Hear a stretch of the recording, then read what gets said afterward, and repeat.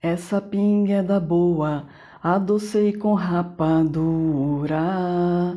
Canta nação da branca pura. Cachaça, uma bebida que o brasileiro acredita piamente que é exclusivamente sua.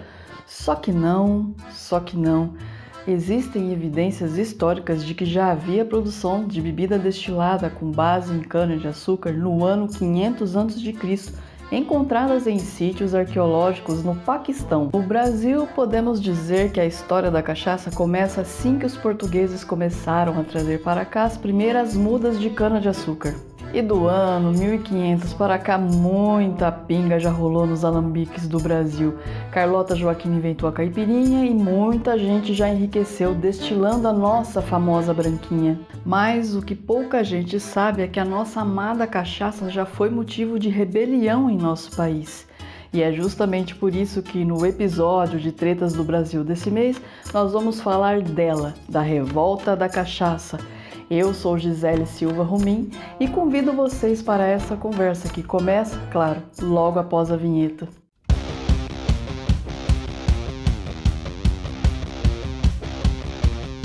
No período colonial, o consumo da cachaça tem início logo com o desenvolvimento das plantações de cana-de-açúcar pelos colonos. Porém, como se tratava de um produto exclusivamente produzido aqui em território colonial, Portugal se opôs ao seu fabrico. Como sabemos, por questões relativas ao Pacto Colonial, a manufatura de produtos nos territórios da colônia somente acontecia com autorização da metrópole. O problema é que Portugal já produzia uma bebida chamada bagaceira, que nada mais é do que um destilado produzido com base em bagaço de uva. Como a cachaça brasileira disputaria mercado com a bagaceira, Portugal acabou proibindo o fabrico da cachaça. Em meados do século XVII, a produção açucareira no Brasil entra em declínio, e muito disso se deve ao fato dos holandeses terem sido expulsos do Brasil. Isso porque eles foram plantar cana-de-açúcar nas Antilhas e forneciam um açúcar muito mais barato para o mercado europeu. Com tanta cana plantada e preços de venda de açúcar nada convidativos, os senhores de engenho intensificam a produção da cachaça.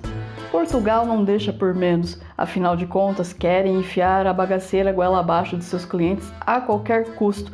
E em 1659 a metrópole reafirma a proibição do fabrico da cachaça e ameaça os teimosos de pena de prisão ou degredo. Mas é aquela história.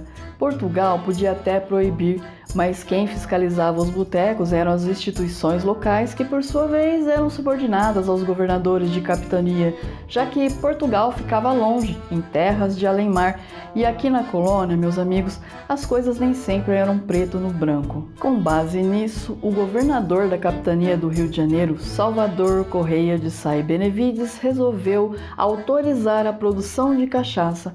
Porém, como não era bobo nem nada, instituiu um imposto sobre a produção, ante a alegação de que usaria esse dinheiro para equipar as tropas coloniais. Fato é que o Salvador de Sá não era muito benquisto na capitania do Rio de Janeiro.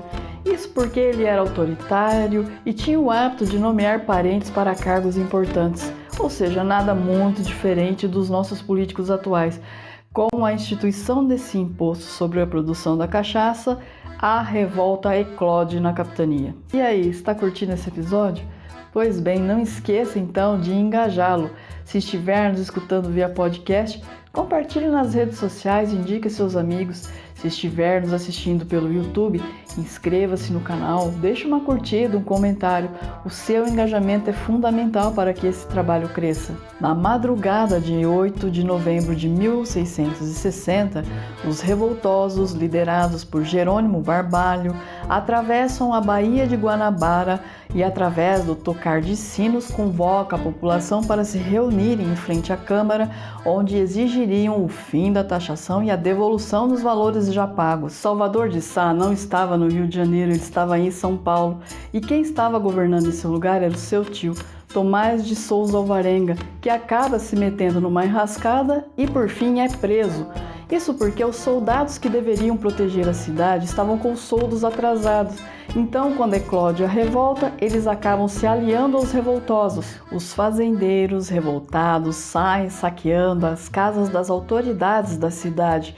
Agostinho Barbalho acaba sendo aclamado como governador e adota uma política conciliatória para tentar esfriar os ânimos, inclusive tentando ali se reconciliar com o Salvador de Sá, que ainda continuava em São Paulo. E quando ficou sabendo da pancadaria no Rio de Janeiro, acabou reconhecendo como legítimo o governo do Agostinho. Não é nem preciso dizer que essa política adotada pelo Agostinho acabou insuflando ainda mais os revoltosos.